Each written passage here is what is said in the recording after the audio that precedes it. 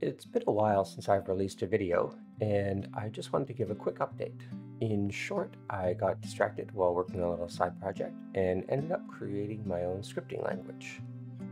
I picked up Crafting Interpreters by Robert Nystrom and used C# instead of Java for the first half.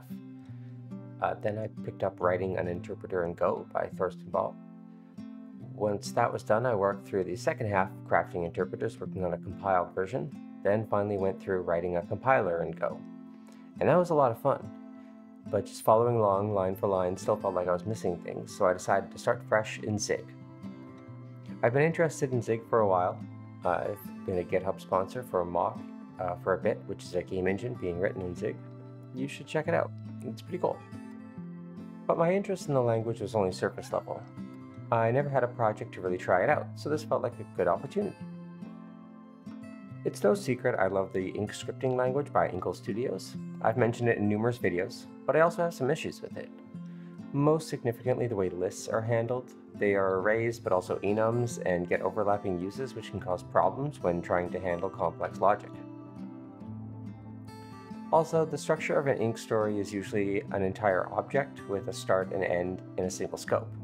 It works great for certain stories where everything is connected, but for open world games, it's unnecessary to load every single variable for every conversation. Although now that I've worked on my own implementation, I can understand the reasoning, especially with diverts jumping around everywhere.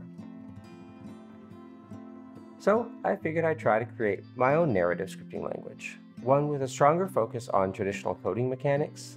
It has variables, loops, functions with closures, classes with methods, lists, maps, sets, choice selections, dialog lines with speakers and tags, interpolated strings, and a bunch more coming.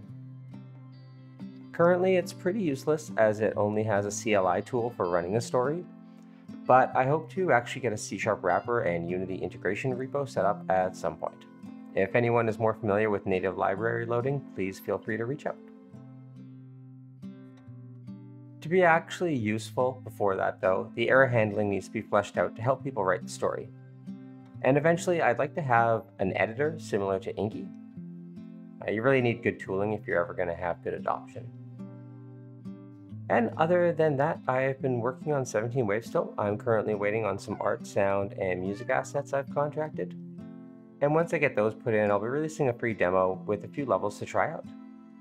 That's all for now. Thank you for watching.